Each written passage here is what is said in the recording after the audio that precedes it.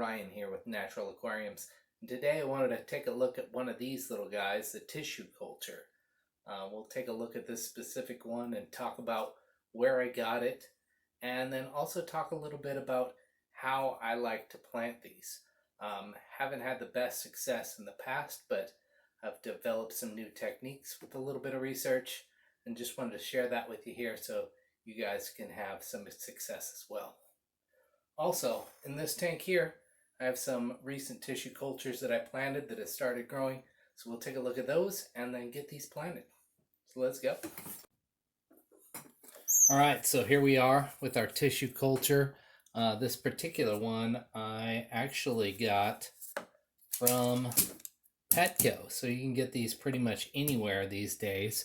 Have purchased some others at some local fish stores before, including those other ones that I had recently planted. But these ones I got at Petco, and they are branded under their brand name and everything. Now what's interesting when I started looking at these is I noticed, like, I couldn't find, where this thing was marked. Usually they're marked on these containers as to what species the plant is. But these are, I'm like, wow, you just got to guess. It's a mid-ground plant. Is that it?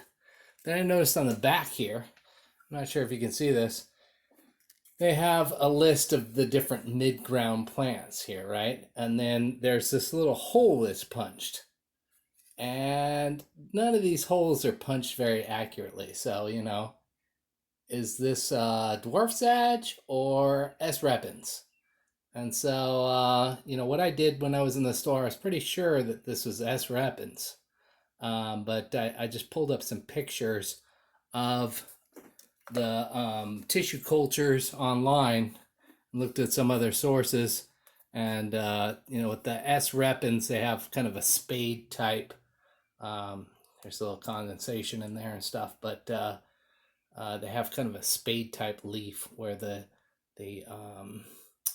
dwarf sage has more of like just a sword type leaves on them. So fairly sure this is S. repens, and there was a whole bunch of them that were like that. But anyways, yeah, you can get them even at Petco. So gonna bust this open and get it prepared. Now what I've done up to this point is I like to take these now and then just float them in my aquarium.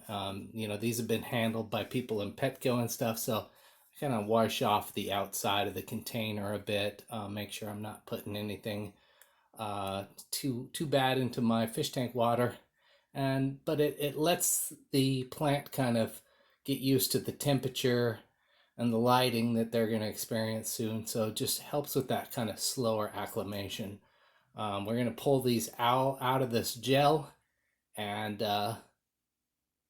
put them into the water. And so whatever we can do to kind of help that along, I think it helps.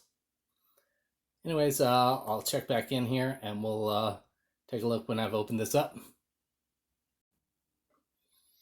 All right, so these are going to come all sealed up. So there's some, not just a lid, but some plastic on here. The idea is that these stay in they're made and cultivated in a sterile environment so that this environment stays sterile. And so that's one of the advantages of a tissue culture plant, is you're not going to be bringing in pests or cyanobacteria, algae, stuff like that. So I'm just going to pull this out of the gel. A couple of these plants have already come out of the gel, and then just kind of separate these out a bit. Usually I like to do this under some warm water in the sink.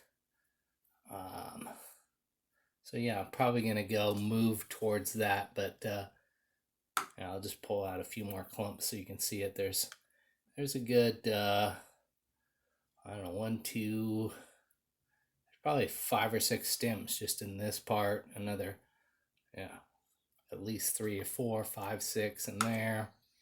More in here. Whole bunch of them. And you can see this, there's this little nutrient-rich gel that they're being grown in. And so you just kind of want to get that off of all of the roots If there's any brown roots in there, if you can get that off, that's going to help quite a bit. Losing some leaves, so we won't put that in there. There's some more of that gel. And in this case, it's pulling off pretty easy. Every one of these are going to be a little bit different. There was a couple of cans of tissue cultures there at Petco that were just rotten. These plants were never coming back. So I kind of just set those off to the side. But yeah, here's that gel. Here's the plants. So I'm going to separate these into more individual stems, and then we'll get them planted. All right, so I got all these separated out for the most part. Sometimes there's some that just don't want to separate very well. That one separated pretty easily. In the rinsing process, like here's we got like 4 of them. That one's already separated, but there's like 3 stems on here, and if it doesn't want to separate very easily without ripping it apart, yeah, go ahead and plant all 3. You can separate them out later when you do trimmings and cuttings and stuff. So let's get them wet, get them in the aquarium. All right, so got these guys planted. Turned out to be probably close to about 30 stems, at least 25. And in the next day or so, they start to perk up towards the light and begin getting their roots dug in and standing up straight and looking a little bit better. But yeah, they're in here, and hopefully they can grow and convert and I can propagate them.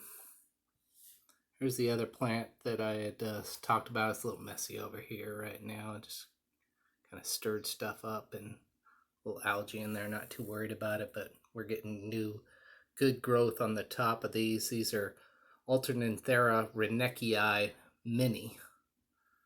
So growing those up as well. I think there's a little yellow shrimp over here. Yep, checking out the new plants.